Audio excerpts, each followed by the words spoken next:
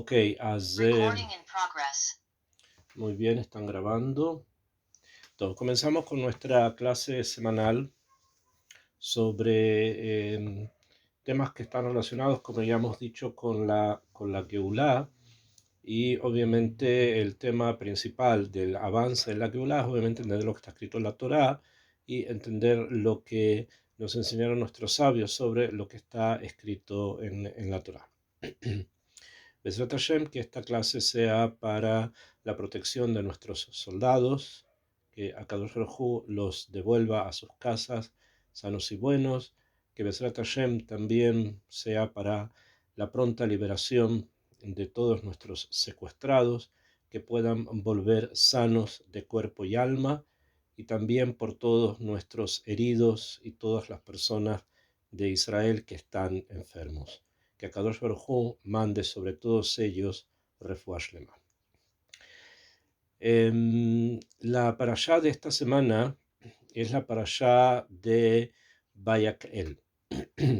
En un año que no tenga los 2 meses de Adar, como en este caso que hay 2 meses de Adar, que es un Adar 1 que estamos ahora, y el próximo Adar Bet que vamos a comenzar un tiempo más. Cuando solamente hay un Adar, normalmente las parashiot de Vayakhel y Pikudei se leen juntas el mismo Shabbat. En este caso se leen separados, ¿sí? Para cubrir los Shabbatot que tiene este mes. Akshav, la parashá de esta semana, Vayakhel, como la que viene después, que es Pikudei, con ellas termina el Sefer Shemot. El segundo libro de la Torá termina con estas 2 parashiot. Y en términos generales, las 2 parashiot nos repiten, no es una repetición realmente, sino que es por algo, la construcción del Mishkan, o sea, cómo se debe construir el Mishkan, se refiere al edificio llamado tabernáculo, a los instrumentos que van a servir para la avodá, o sea, para el servicio divino, y también la ropa de los Kohanim con todo lo que eso significa. Akshav, en la construcción del Mishkan, en el momento en que el tabernáculo se construye, no es simplemente una mitzvah que Hashem mandó en el momento, sino que el Mishkan es un pensamiento, es una fuerza que está presente en el mundo desde la creación. Y ha tenido diferentes manifestaciones esa fuerza. O sea, esa fuerza fue manifestada de diferentes formas, especialmente entre los patriarcas, donde su residencia, el lugar donde ellos vivían, se había transformado en una especie de tabernáculo, cada uno en una perspectiva diferente, como Abraham vino con el Eshel en Beersheba, Itzhak vino con los pozos, ¿sí? Y su residencia en Gerar, que es la franja de Gaza, y Jacob vino con su peregrinaje dentro de Eret Israel para salir, para volver, y su conexión más íntima con Bet El, o sea, la casa de Hashem, que se refiere al monte Moria. Entonces, en la idea del Mishkan, la idea del tabernáculo, no es algo que ocurre en ese momento, sino que es un koach, es una fuerza que viene desde mucho antes. O sea, es una idea que está presente en Israel desde antiguo, que se expresa, se va manifestando hasta que llega al desierto y se manifiesta como un tabernáculo, y después en la época del rey Shlomo se va a manifestar como un templo. ¿Bien? Y después que Am Israel vuelve de Babel, vamos a tener un segundo templo. Y Bezrat Hashem vamos a tener un tercero. Ahora, todas estas manifestaciones son manifestaciones de un poder oculto que existe en la naturaleza, que existe en el mundo que Hashem creó, y que está conectado principalmente con ciertas energías que están constantemente sosteniendo nuestro mundo. Y que estas energías necesitan tener, obviamente, como una especie de núcleo de donde se juntan las energías para poder desde allí entregar vida, entregar alegría, como diría Ramjal, entregar muchas cosas buenas y positivas al mundo. Estas energías necesitan canalizarse a través de algo que se llama Mishkan o algo que se llama Mikdash. ¿Bien? En ambos casos, la palabra Mishkan como la palabra Mikdash están formadas las dos palabras por eh, una raíz. La palabra Mishkan está formada por la palabra Shachen, Shejina, de la palabra Shejina, más el agregado de la letra Mem. ¿Bien? Y la palabra Mikdash está el Shoresh Kadosh, Kuf, Dalet, Shin, más también la letra Mem. O sea que la letra Mem de Mishkan y la letra Mem de Mikdash están relacionados con algo especial que se llama Makom. Makom, el lugar específico, el lugar principal, el lugar especial, el lugar sagrado. Y esto es lo que es la manifestación, como dije, de esta fuerza que viene desde el principio de la creación. Akshav. Para poder realizarlo a un nivel bastante más evidente, fuerte y energético, Am Israel va a necesitar combinar dos elementos humanos que son muy importantes para la manifestación en ese momento y las siguientes manifestaciones precisamente del lugar sagrado. Y estos elementos son dos personas que van a hacer que gire una energía, que es la energía del Mikdash, que está desde el principio del mundo, como les dije, o del Mishkan, Mikdash, son las mismas ideas. Para esto es necesario que alguien las pueda recoger, pueda tomar estas fuerzas y ponerlas en orden, para poder de esa manera manifestarlas. Esto es la idea del constructor. La persona que construye, el constructor, es la persona que toma energías que existen en el mundo, las ordena, las estructura de una forma que finalmente de eso va a resultar una construcción. O sea, va a resultar un edificio, puede resultar una casa, puede resultar un mueble. El constructor material toma materia y toma energías que existen en el mundo y las ordena, y de esa manera las puede manifestar a través de las cosas que él está construyendo. Y también en el Mishkan, bueno, obviamente en el Mikdash, existen los constructores, los que van a construir. Y así es como leemos en la parashá esta de Vayakhel, en el capítulo 35, en el versículo 30, la Torá dice así: Vayomer Moshe el Bene Israel. Y dijo Moshe a los hijos de Israel: Reú, vean, Kara Hashem Beshem, llamó Hashem por nombre. ¿Qué nombre? Betzalel ben Uri ben Hur lemate Yehuda. Está presente un nombre, que este nombre es Betzalel ben Uri, el hijo de Uri, ben Hur, el hijo de Hur, de la tribu de Yehuda. Y continúa la Torá diciéndonos: Vaimale oto ruach Elohim. Y lo llenó, Hashem lo llenó con ruach Elohim, o sea, fue llenado con un espíritu divino. La palabra que se ocupa para conectarla con ruach, que significa espíritu, es la palabra Elohim. O sea, lo llenó de un espíritu divino, así lo tendríamos que traducir, pero que está en directa relación con el din, o sea, con el juicio estricto, si vamos a hablar a nivel moral, pero en otros niveles significa con las limitaciones, porque el din lo que hace es limitar. El juicio lo que hace, la ley lo que hace es limita. Entonces, cuando decimos que estaba lleno de Ruach Elohim, de espíritu divino, entendemos que ese espíritu se manifestaba dentro de él en la capacidad de poder poner límites a la existencia. Y eso es precisamente la labor del maestro, la labor del constructor. Bejojma, y además tenía él Jojma, Bitbuná, tenía Tvuná, Ubedaat, y tenía Daat, Ubejol Melajá, y además tenía Kol Melajá, o sea, podía y sabía moverse con cualquier tipo de oficio.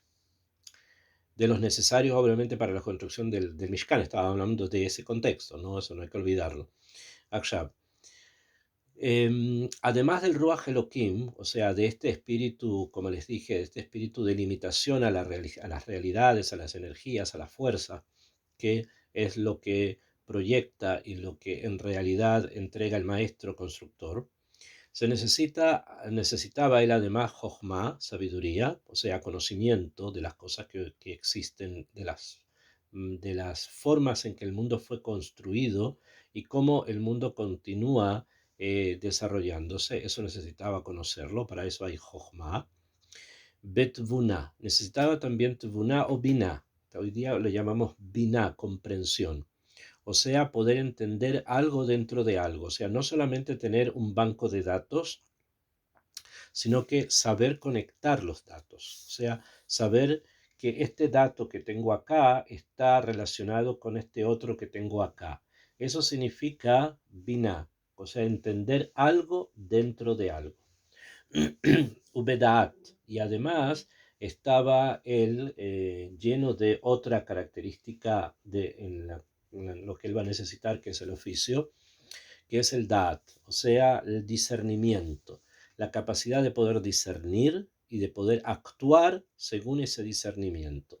¿Bien? Esto es el Da'at, Yodea, que Yodea quiere decir que la persona conoce o ya sabe cómo tiene que actuar porque ha recibido los datos, porque ha sabido combinarlos, aprender unos de otros y ahora los tiene que llevar a la práctica.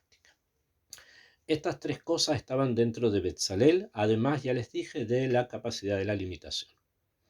Ubehol Melajá, y todo esto estaba en todos los oficios que eran necesarios para la construcción del Mishkan, que en líneas generales van a ser 39, como lo vamos a aprender en una Gemara que tiene que ver con Shabbat.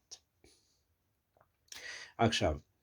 Y ahora la Torah nos va a llevar a un perut, o sea, a un detalle, a detallar cómo estas características que Betzalel tenía, desde el espíritu divino, la sabiduría, el entendimiento y el discernimiento en los oficios, cómo esto se enfocaba en una forma muy específica de construcción.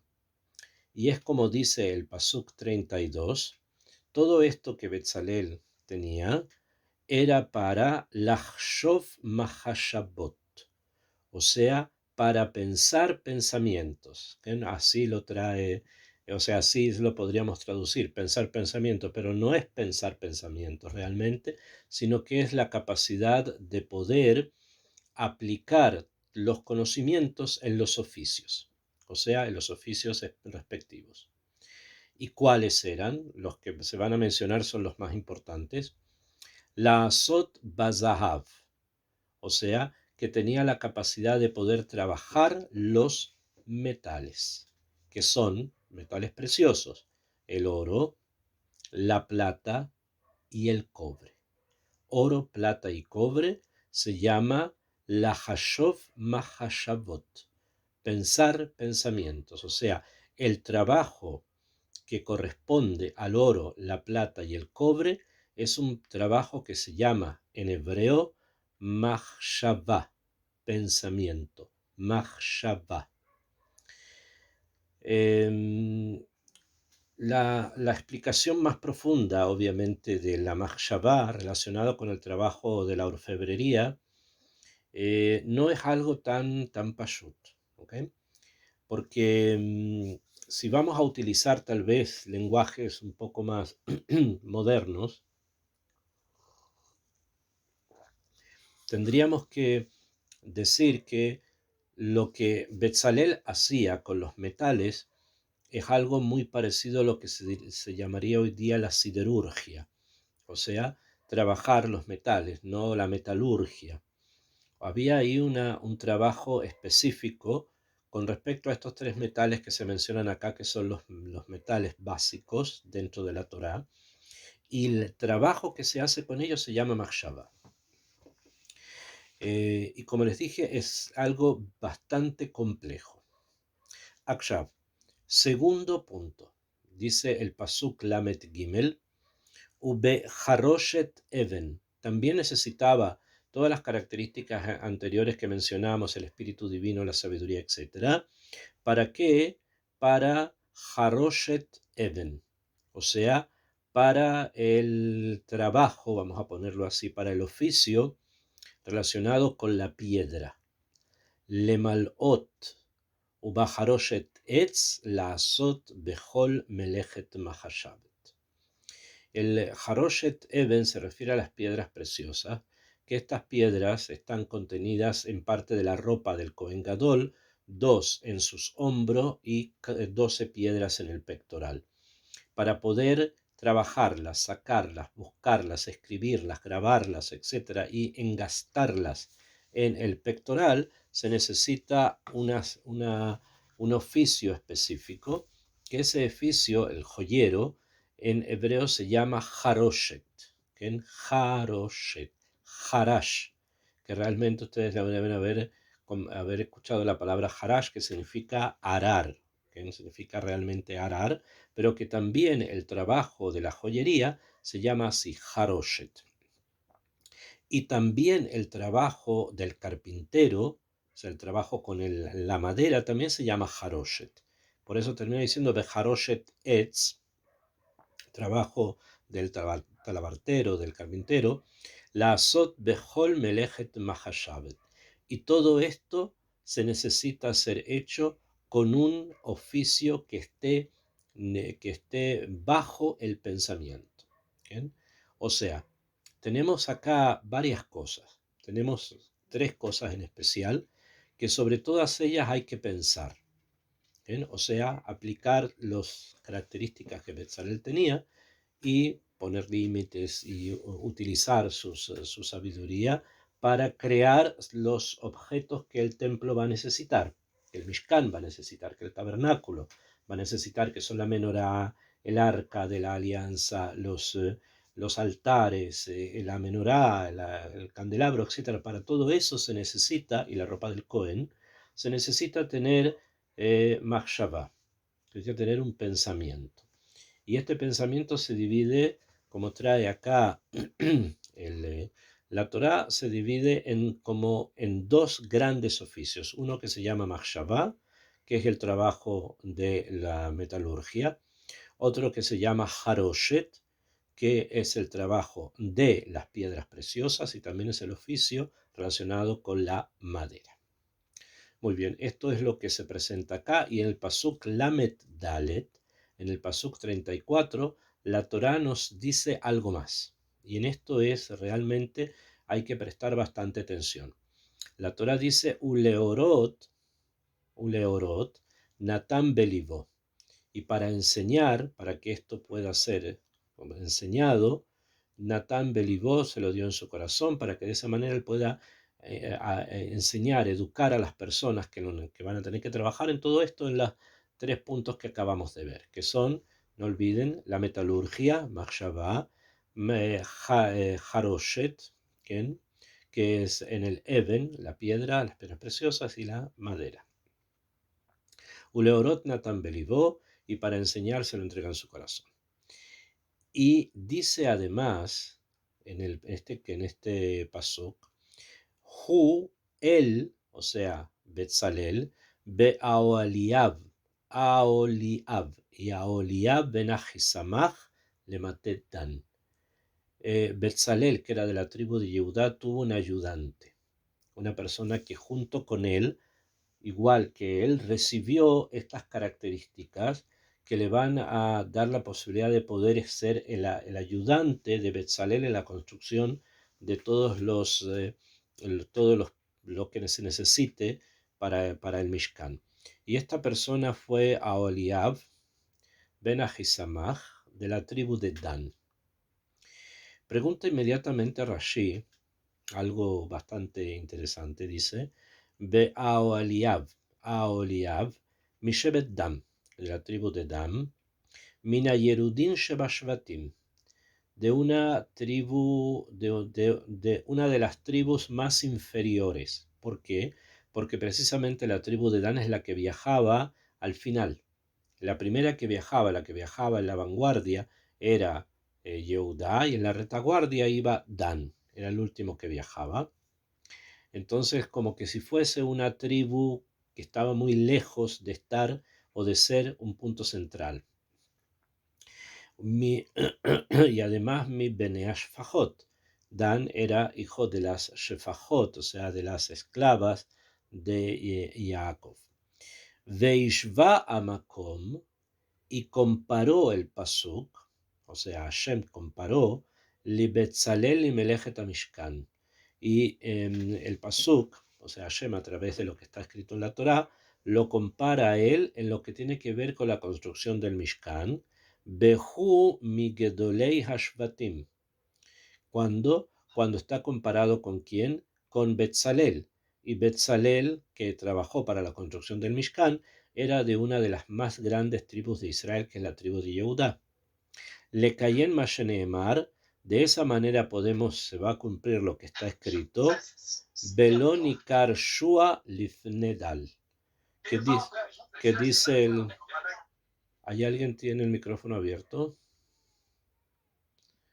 Ok, le cayen Masheneemar, para que de esa manera se pueda cumplir lo que está dicho, Velonikar Shua, no se reconocerá al importante, Lifnei Dal, delante del pobre, o sea, delante de la persona que no es tan importante, se refiere. Por lo tanto, delante de Kadosh Baruj Hu, todos somos iguales. Tenemos diferentes funciones, ¿no?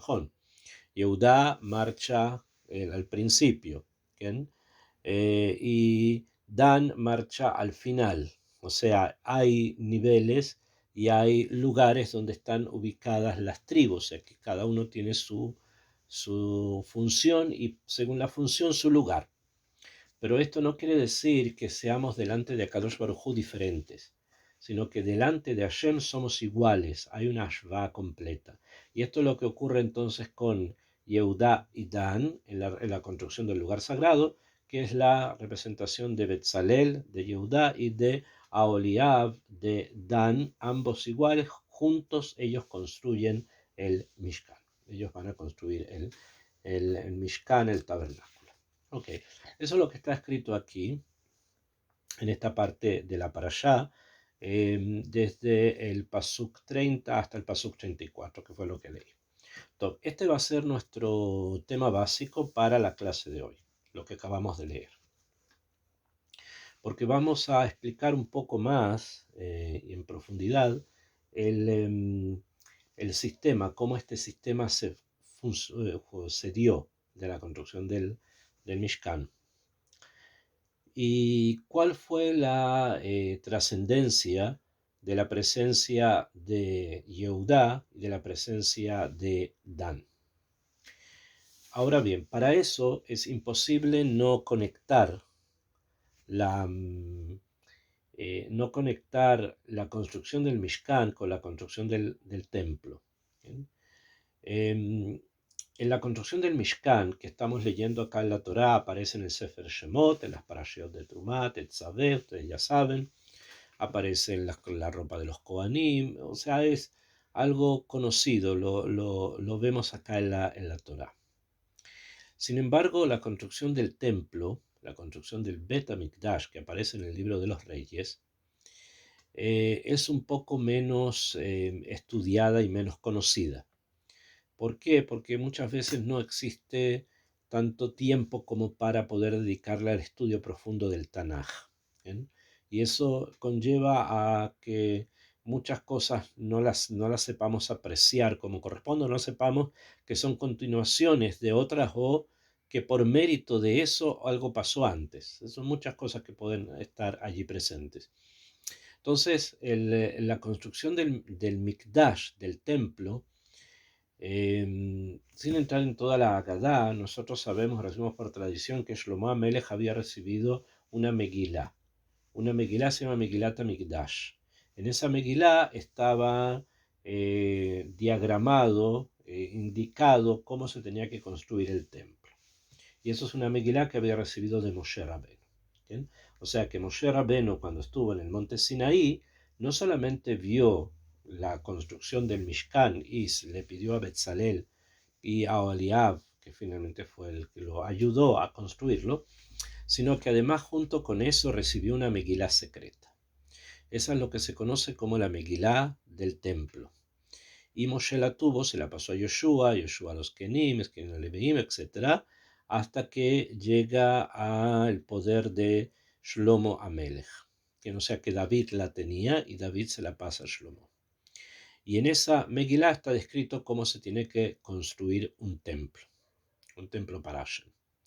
Y eso es precisamente lo que Shlomo va a hacer. Va a construir un templo para Akadosh Baruj Hu.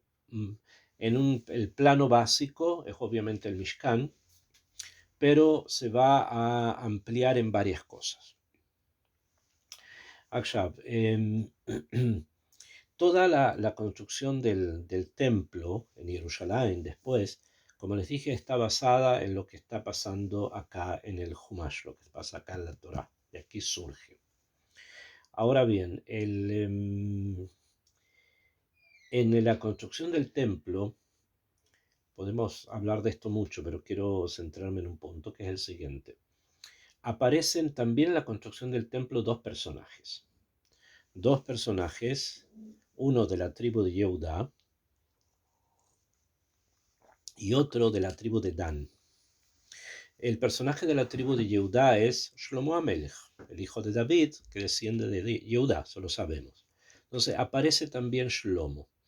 Y por lo tanto Shlomo, siendo de la tribu de Yehudá, va a tener sobre sí también una función muy particular debido a que él es el hombre sabio, como sabemos también. Pero junto con él hay una persona de la tribu de Dan. Y esta persona se llama Hiram. Hiram, el hijo de la viuda, que era un gran arquitecto, un gran maestro de construcción, que venía de Tzor, o sea, venía del Líbano. ¿Bien? El lugar donde hoy día hay muchos problemas. Allí hay ciudades muy antiguas, que muchas de esas ciudades guardan grandes secretos que por los problemas políticos que han habido, así Hashem quiso tal vez para que no se rebelen, no hemos podido revelar todos los secretos que las ciudades del sur del Líbano, en la frontera norte de Israel, tienen, pero tienen muchísimos. Y allí es donde venía la familia, donde había estado asentada la familia de Hiram. Y Hiram viene a Jerusalén y junto con Shlomo ellos se dedican a la construcción del templo. No confundir con Hiram, el rey de Tzor. Hay un rey que se llamaba Hiram, también en la época de Shlomo, también en la época de la construcción del templo, pero es otra persona. No es el mismo Hiram que es el maestro constructor, sino que es el rey, que también de alguna manera va a ayudar a Shlomo en la construcción del templo por varias cosas que ellos hacen juntos. Ahora no es necesario alargar en eso. Entonces, también en la época del Mikdash, o sea, del templo, encontramos nosotros la misma situación. Una persona de la tribu de Yehudá, Shlomo, y una persona de la tribu de Dan, que era Hiram. Muy bien. Hasta acá entonces entendemos que hay paralelismos, por lo menos en los maestros constructores, entre el Mishkan y el Mikdash. Como era bastante obvio que iba a ocurrir así. Pero estos paralelismos no solamente son o se encuentran en el factor humano, o sea, en los maestros constructores, sino que también están presentes en otros detalles en la construcción del Betamikdash, que son obviamente conectados con la construcción del Mishkan. Y nuestra pregunta tendría que ser ¿por qué? ¿Qué es lo que lo une tanto? Usted puede decir, bueno, el lugar sagrado, los korbanot, todo lo que pasa ahí, sí, najones, eso es correcto. Pero habíamos dicho antes, cuando comenzamos la clase, que la idea del Mishkan, del lugar sagrado para acercamiento con el Kadosh Baruj Hu, no nació con la salida de Egipto. Era algo que ya estaba presente desde mucho antes. Y la Shelah es desde cuándo antes. Si ustedes tienen en un Tanaj, o sea, toda la Biblia, en el libro de Bereshit, en el cuatro, capítulo 4, desde desde el Pasuk, desde el versículo 19 en adelante, la historia nos cuenta la Torá nos cuenta una historia bastante peculiar sobre una de las generaciones de la época. Acá se están ventilando las generaciones de Adán después del Het, y llegamos a una persona de la cual se habla algo particular, algo un poco más complejo de lo que se habló sobre otros. ¿Okay? Y dice así, Vaikachlo Lemech, y tomó Lemech, será el varón, Shtei Nashim, dos mujeres, tomó dos mujeres, Shema Ahad Ada, el nombre de una era Ada, Beshema Shenit Tzila, el nombre de la otra era Tzila. O sea, este hombre tenía dos mujeres, una se llamaba Ada y otra se llamaba Tzila. ¿Por qué lo hizo así? Porque era costumbre, según como traen los comentarios, era costumbre que un hombre tuviese dos mujeres, una mujer para tener hijos y otra mujer para el placer, o sea, simplemente como una situación para poderse divertir con ella, mientras que una era la que iba a parir. Y cuando esto ocurría, normalmente a la que era para la diversión, le daban a beber unas aguas especiales que tenían unas hierbas que a través de eso producían en esa mujer, un proceso anticonceptivo. De una manera no tenía ella hijos. Eso es lo que pasaba, estas aguas se llamaban akarim. Pues bien, Sila, que era la mujer para la belleza, la que no tenía que tener hijos, dice acá la Torá, Em, Gamehi Yalda, también ella dio a luz. ¿Por qué? Ya vamos a explicar por qué. O sea, hubo acá algo que no funcionó, una pequeña rebeldía que vamos a estudiar. En la situación esta que tenemos a Lemech con sus dos mujeres, y una es la que es la encargada de la reproducción. Pues bien, obviamente, Batelet Ada se quedó embarazada Ada y dio a luz Et Yabal, a un hijo que llamó Yabal. Hu Aya Avi Yoshev Oel Umikne. Y este Yabal era fue el padre, o sea, el primero, el que inició Yoshev Oel Umikne. ¿Qué cosa? El que inició el proceso del nomadismo, de ser nómades, de ir de un lugar a otro. ¿Por qué? Porque tienen ganados. Y cuando hay invierno y no hay comida para los ganados, entonces esta persona tiene que cambiar de lugar a otra parte. Bueno, ese nomadismo, ser nómade, comenzó precisamente con Yaval. Él fue el que se impuso las bases de una vida de esta forma. Y es hijo de quien? De Lemech y de Ada. Huayabi o Yoshebo Elumikne, como dice la Torah. Después dice, Beshem Ahiv, y el nombre de su hermano, Yuval, Hu Aya Avi Kol Tofes Kinor Veugav. Y el primer Yabal, que mencionamos, el hijo de ellos, ellos tuvieron un segundo hijo que se llamó Yubal, y él fue el que creó, el que ideó los instrumentos musicales. Y eso es lo que dice la Torá cuando dice Hu Aya Avi Kol Tofes Kinor Veugav. Él fue el padre de todos los que toman acá digamos, en la Torá dice, Kol tofes kinor beugab, todos los que toman en su mano un kinor y un ugab. O sea, un kinor es una especie de cítara, arpa pequeñita o también violín. Beugab.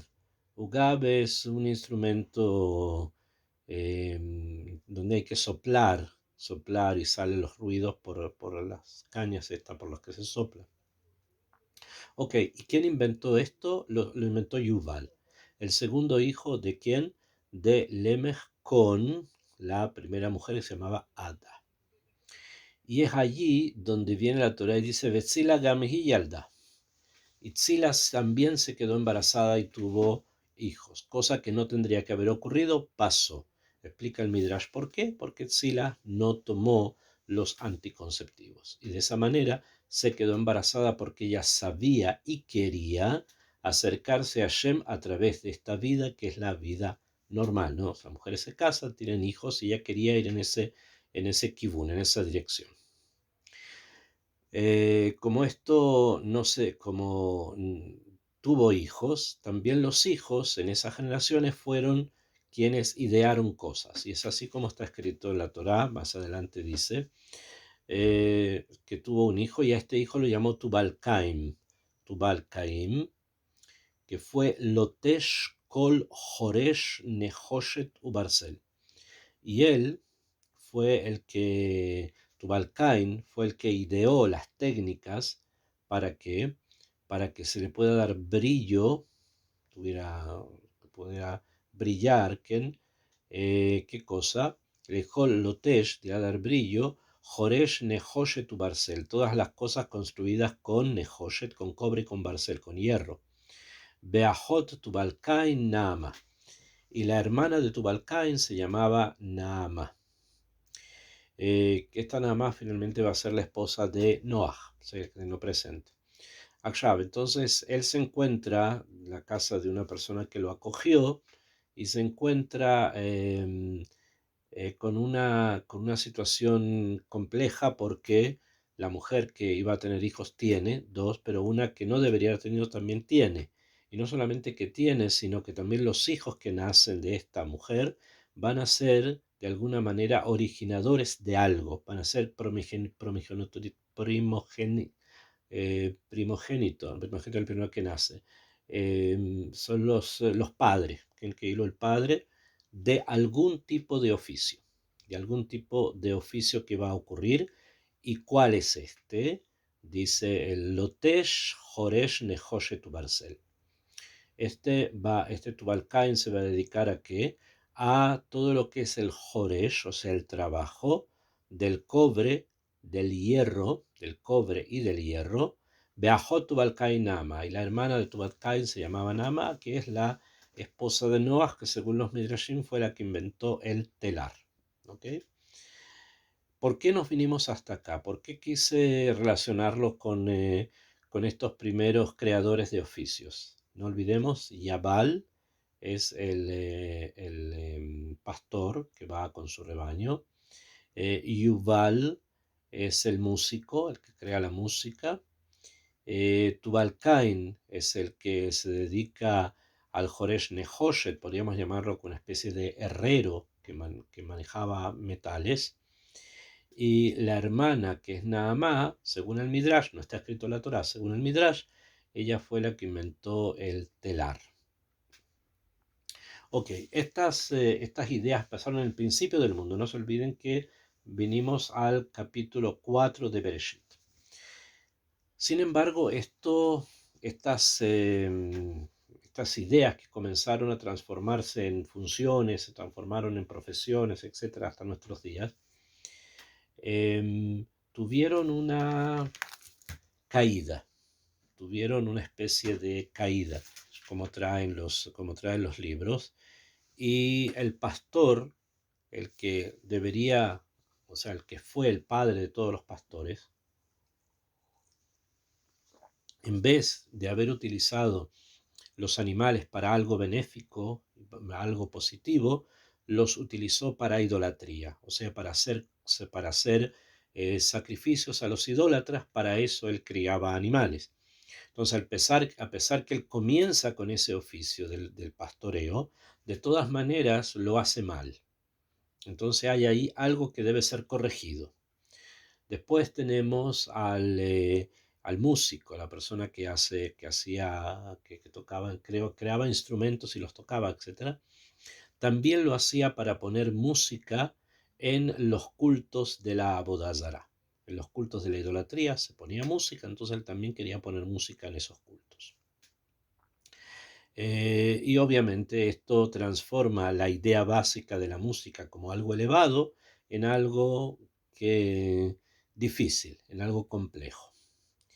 Y finalmente el que trabaja con los metales, ¿no? Con el cobre, con el barcel, lo utiliza para hacer armas, o sea, para hacer armas de guerra. Por lo tanto, su gran invento, que era el trabajo con los metales, si él lo inventó, lo recibió, alguien se lo dijo, ese trabajo lo utiliza para mal. De Naamá y las telas, vamos a saber después que ella es la esposa de Noah, como ya se los comenté. Sin embargo, hay quien dice que ella también tiene una fuerza negativa porque estaría conectada con los demonios. Y esa es la imagen normalmente dentro de la Torá de un ser malífico, de un ser malo, es precisamente alguien que está trabajando en el telar. ¿Por qué? Porque que lo está urdiendo, está fabricando la vida de los demás. Y esto no es mirado en forma tan buena, sino que la persona tiene que esforzarse y no que alguien le esté cosiendo su vida. Estas entonces tres o cuatro conceptos que tendrían que haber sido muy altos cayeron. Y para poderlos elevar, o sea, para poder corregir estas caídas, la caída de los animales, la caída de la música, la caída de la metalurgia y la caída del el telar, fue necesario que el mundo adquiriera otra forma de pensamiento, que ingresara en otro nivel para poder rescatar estas cosas que tendrían que haber sido las óptimas y que se transformaron en negativas, para que vuelvan nuevamente a estar en el pedestal elevado espiritual que necesitan. Entonces, si ponemos atención, tenemos acá, como les dije, tres cosas que hay que corregir. Realmente son cuatro, ¿no? Incluyendo el telar. Y precisamente en la elección de Betzalel y en la elección de Aholiab se van a encontrar los diferentes oficios en los que ellos tienen que trabajar, que son realmente un tikkun, una corrección a una caída, entre comillas, o sea, a algo que pasó al principio del mundo, que en vez de que haya sido para bien, eso que hicieron en ese momento fue para mal. Entonces se va a necesitar hacer una corrección. Y la corrección va a ser precisamente la imagen del mundo, que la imagen del mundo es el Mishkan, el tabernáculo. Ahí se va a corregir esto. Y por lo tanto, como les dije en un principio también, desde el principio del mundo, o sea, desde que el mundo comienza a poblarse, a avanzar, teniendo aliot y eridot, subidas y bajadas, la idea precisamente de la corrección de las primeras generaciones va a ser una idea básica para la construcción del Mishkan y después, Bezrat Hashem, para la construcción del Mikdash, o sea, del templo en Jerusalén. Y Bezrat Hashem también va a ser, en su punto culmine, el último, la conexión final del tercer Betamikdash. Pero estamos ahora entre el Mishkan y el Mikdash. Entonces, el punto que se quiere realzar acá es lo siguiente. Cuando se hace la corrección, se empieza a hacer la corrección de las cosas que las primeras generaciones estropearon, no porque las utilizaran o no supieran utilizarlas, sí las supieran utilizar, pero para mal. Entonces el Mikdash viene y lo corrige para bien. Ya sea los animales, que se haya allí, se corrigió para bien. Ya sea todo lo que está relacionado con la música. En el Bet HaMikdash hay salmos y hay instrumentos musicales que se tocaban mientras que los Kohanim cantaban, decían, no estaban en el tema de los salmos, que en ellos y también los levitas. Entonces, obviamente, en el Mikdash hay música que viene a corregir esa música que en un principio se quiso hacer para Bodazara.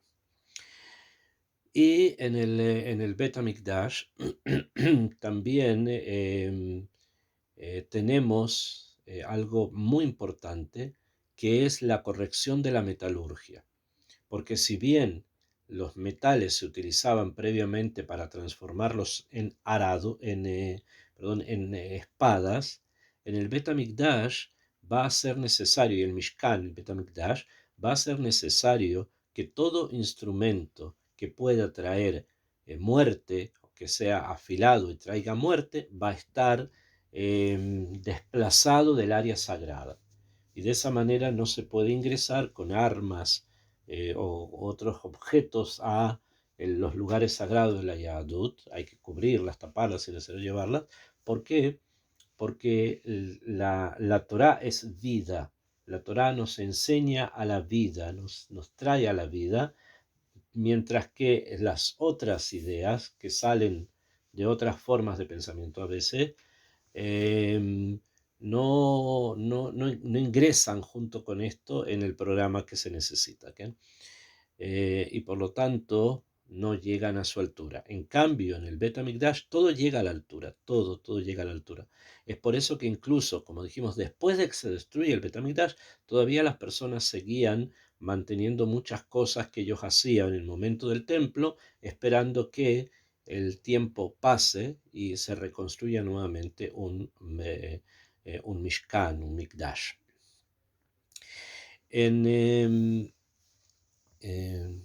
Nos quedan los 9 minutos.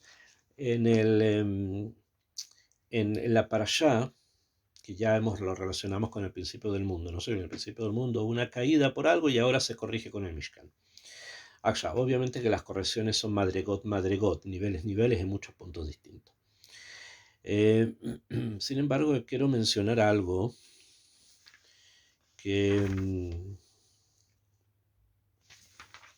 está dicho acá los psukim que leímos en el Perek 35 en el libro de Shemot, que es lo siguiente. En el Pasuk 31 al final dice que Betzalel, esto antes que comenzaron con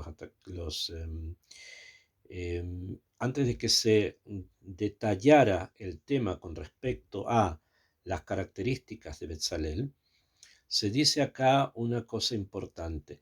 Se dice que todo ello él lo hacía bejol melajá, en cada melajá, o sea, en cada oficio. Y después se menciona, ¿no? El trabajo con los metales, el trabajo con las piedras preciosas, con la madera. Muy bien. La palabra melajá, que significa oficio, melajá es un oficio, melajá, melajot, las 39 melajot de Shabbat, por ejemplo,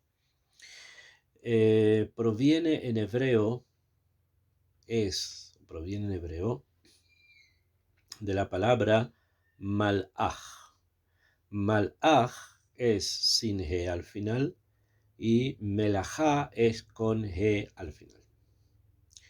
Akshav, ¿Esto qué quiere decir? Malaj es un ángel y melajá un oficio.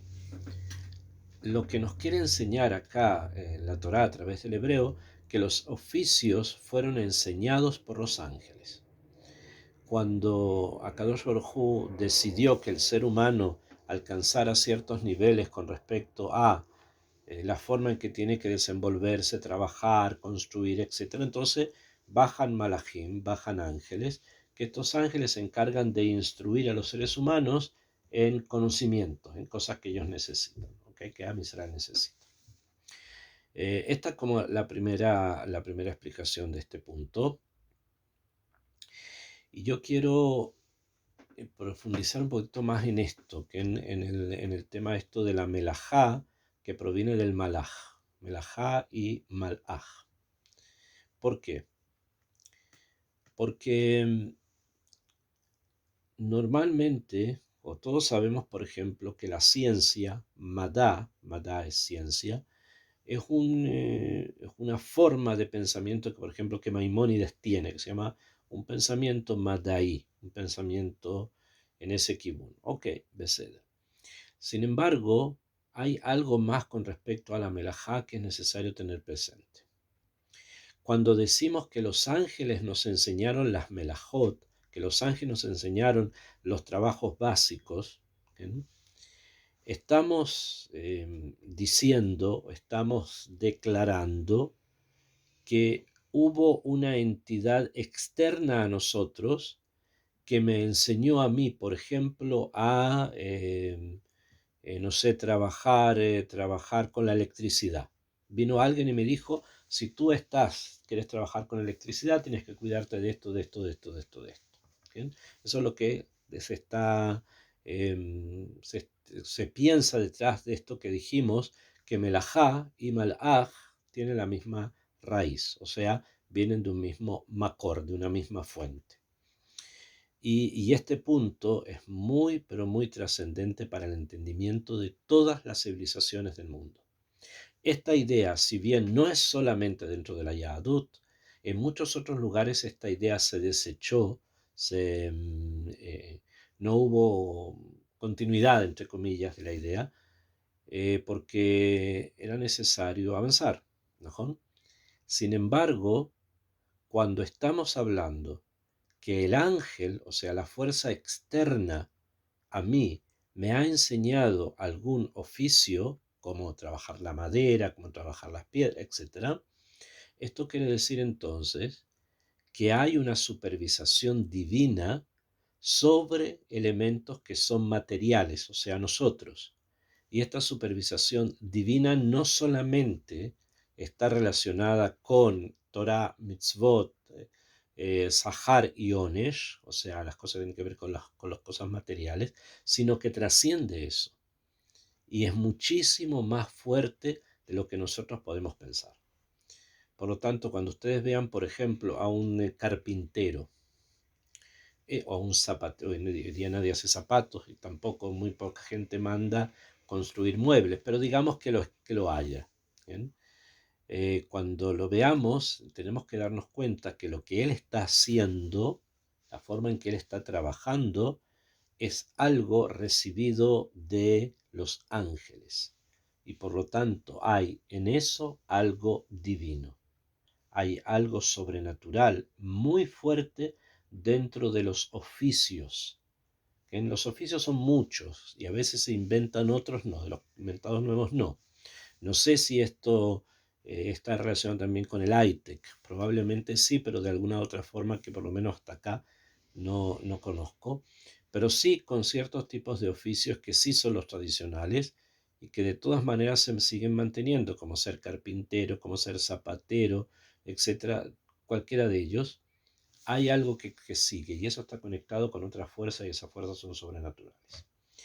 Bekitsur, en forma resumida, nos encontramos en esta parashá frente a muchas cosas interesantes. Una de ellas, la relación de las tribus, ¿no? De Yehudá y de Dan. Y segundo, el punto precisamente de que el Mikdash, el templo, es un hidush en el mundo, aparece en el mundo como una cosa renovada y que va a ser intensificada mucho más, Besrat Hashem. Ok, quedamos entonces por hoy hasta acá. Si ustedes tienen alguna pregunta, por favor me la pueden hacer.